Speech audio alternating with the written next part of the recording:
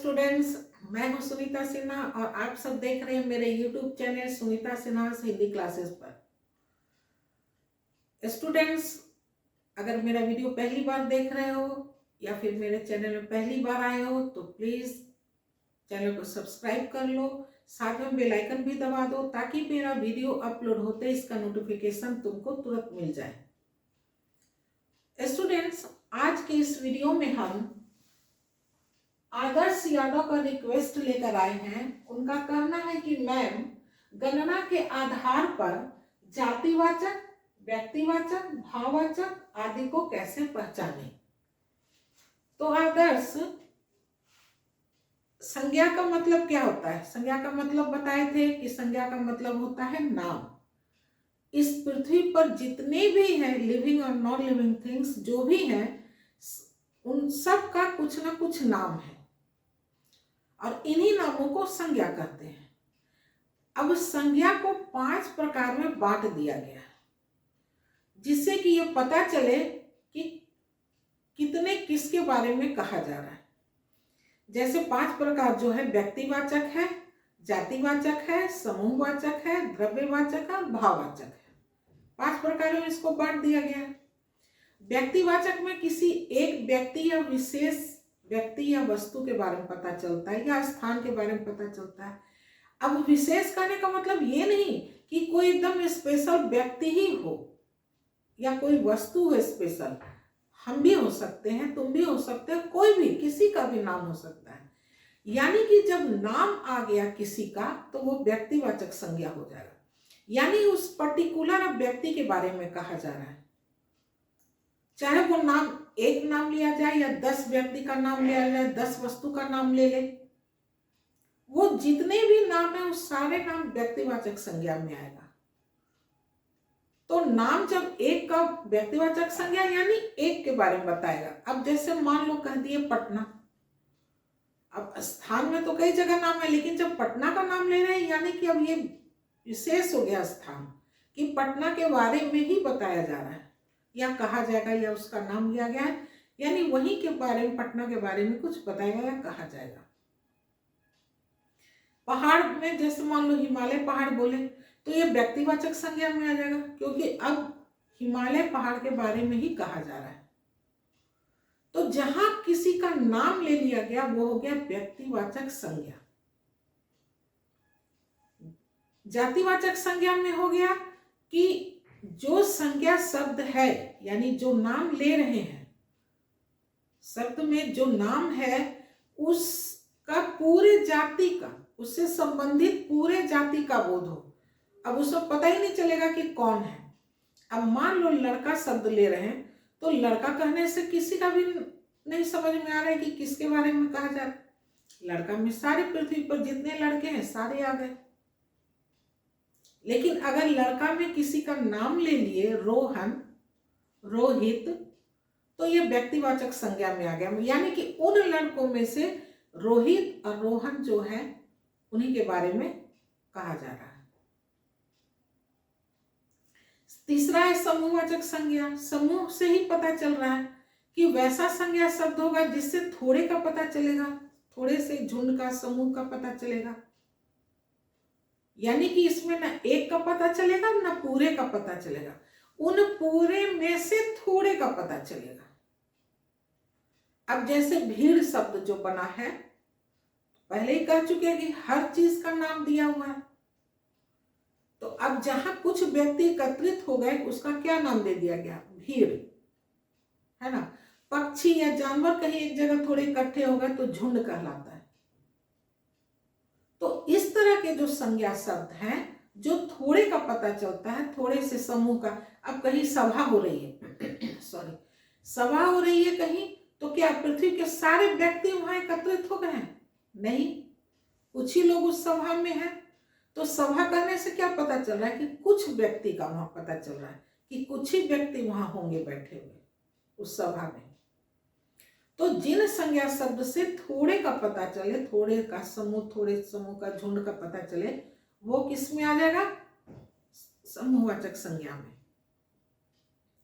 द्रव्यवाचक संज्ञा, द्रव्यवाचक संज्ञा में उन संज्ञा शब्द को रखा गया जो सॉलिड है, ठोस है, लिक्विड तरल पदार्थ जो है, द्रव जो है लिक्विड, गैस, उन शब्दों को, संज्ञा शब्दों को द्रव्यवाचक संज्ञा में रखा गया, जिसको कि हम तौल सकते हैं। सॉलिड चीज को हम तौल सकते हैं, लिक्विड चीज को हम माप सकते हैं, जैसे तेल है, दूध है, इसको हम माप सकते हैं, पेट्रोल है उसको हम मापते हैं, है ना। सॉलिड चीज को हम तौल लेते हैं। तो जो तौलने का चीज है, जिसको हम तौलते हैं, है ना, चाहे वो सॉलिड हो, लिक्विड हो या गैस हो, गैस को भी तो हम मापेंगे ही, तौल तो नहीं सकते। गैस को भी तो तौलते ही है। अब जैसे सिलेंडर में जो गैस आता है उसका भी तो वजन लेते ही हम। कुकिंग गैस जो आता है उसका तो वजन हम लोग लेते हैं। तो जो हम लोग माने सॉलिड, गैस और लिक्विड, इन तीनों को जिसको कि हम नाप सकते हैं, तौल सकते हैं, सॉरी नाप नहीं सकते, माप सकते हैं और तौल सकते हैं, वो किस में आएगा? द्रव्यवाचक संज्ञा में आएगा। भाववाचक संज्ञा में भाव का पता चलेगा। भाव हम जो देखते हैं, फील करते हैं, अनुभव करते हैं, इसकी एक विशेषता क्या है कि इसको हम छू नहीं सकते। भाव को हम छू सकते हैं। कोई मान लिया मुस्कुरा रहा है या रो रहा है, तो क्या हम उसको छू सकते हैं? हम अनुभव करते हैं। तो इस तरह का जो संज्ञा शब्द है वो किस में आएगा? भाववाचक संज्ञा में। तो इस पृथ्वी पर जितने सारे लिविंग और नॉन लिविंग थिंग्स, जितने सारे, उन सबों का कुछ ना कुछ नाम है और उन नामों को 5 वर्गों में, 5 भाग में बांट दिया गया। एक तो ये हो गया, इस तरह से इनको 5 वर्गों में बांट दिया गया। दूसरा जो आधार है बांटने का, वो है गणना के आधार पर। गणना के आधार पे, इसके पहले वाले वीडियो में हम बताए थे और कहे थे कि गणना के आधार पर, गणना के आधार पर, गणना के आधार पे इसको फिर 2 वर्गों में बांट दिया गया, 2 भागों में बांट दिया गया। गणनीय, गणनीय और अगणनीय। अगणनीय, अगणनीय। गणना यानी गिनती, गिनना। गणनीय यानी जो गिनने योग्य है। अब एक आधार पे तो 5 वर्गों में बांट दिया गया उसको, जिसे पता चले कि एक है या थोड़े का है या पूरे के पूरे का बता रहा है। इस आधार पर बांटा गया कि गैस है, सॉलिड है कि लिक्विड है या गैस है, उन आधार पे रखा गया। दूसरा जो आधार रखा गया वो गणना के आधार पे रखा गया, गिनती की। अब इन पृथ्वी पर जितने सारे हैं नाम, उनको हम काउंट कर सकते हैं या नहीं कर सकते हैं? जिनको हम काउंट कर सकते हैं, गिन सकते हैं, वो आ जाएगा गणनीय में। जैसे मान लो सेब, अब सेब है, इसको हम काउंट कर सकते हैं। घर, घर को हम काउंट कर सकते हैं, ठीक है। व्यक्ति है, व्यक्ति को भी हम काउंट कर सकते हैं। कितने व्यक्ति? 8, 10, 2, 4, 100, 50, 1000, 2000, लाख।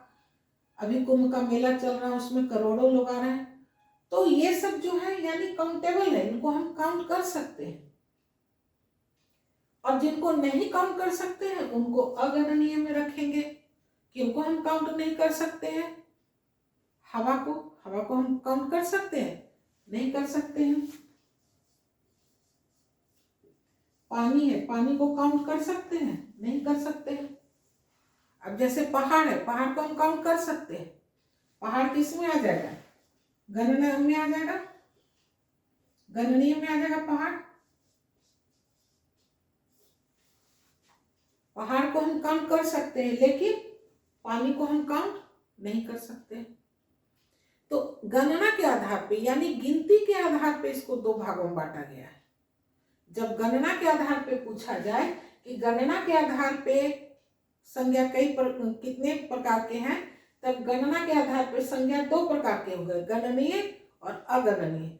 गणनीय में जिसको हम गिन सकते हैं, वो गणनीय में आएगा। जिनको इसमें अ लग गया, अ का अर्थ होता है नहीं, यानी जिसकी गिनती हम नहीं कर सकते हैं वो अगणनीय में आ जाएगा। वैसे संज्ञा शब्द जिसकी हम गिनती नहीं कर सकते हैं, काउंट नहीं कर सकते हैं, वो अगणनीय में आ जाएगा। और जब पूछा जाएगा कि संज्ञा कितने प्रकार के होते हैं, तो 5 प्रकार के होते हैं। व्यक्तिवाचक, जातिवाचक, समूहवाचक, भाववाचक और द्रव्यवाचक। तो गणना के आधार पे इसको हम नहीं बांट सकते हैं। ये तो 5 प्रकार हो गए, संख्या के 5 प्रकार में है, व्यक्तिवाचक, जातिवाचक। और गणना के आधार पे गणनीय और अगणनीय। उम्मीद करते हैं कि आदर्श यादव को समझ आ गया होगा, क्लियर हो गया होगा कि गणना के आधार पे हम व्यक्तिवाचक, जातिवाचक, भाववाचक को नहीं रख सकते हैं। हम देखेंगे कि वो गिनती करने लायक है या नहीं, और उन्हीं आधार पे इन दोनों को हम बांट देंगे, गणना के आधार पे। मेरा वीडियो देखने के लिए आप सभी का बहुत बहुत धन्यवाद। अगर मेरा वीडियो पसंद आता हो, समझ में आता हो, तो लाइक कीजिए, शेयर कीजिए, अधिक से अधिक शेयर कीजिए। मेरा वीडियो देखने के लिए आप सभी का बहुत बहुत धन्यवाद। एक नए टॉपिक के साथ नए वीडियो मिलते हैं, तब तक के लिए bye bye and take care.